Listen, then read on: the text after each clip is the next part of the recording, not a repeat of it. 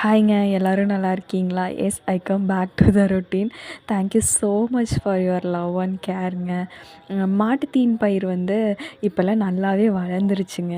அதனால இப்போ வர தீவனமெல்லாம் நம்ம குறைச்சிட்டோம். வெயில் வந்துருச்சு. அதனால நம்ம மாட்டு யூரினையும் உரமாக பயன்படுத்திகிட்ருக்குறோம். அதனால வந்து வெயிட் ஃபுல்லாக வந்துருச்சு, நல்லாவே வளர்ந்துருச்சு.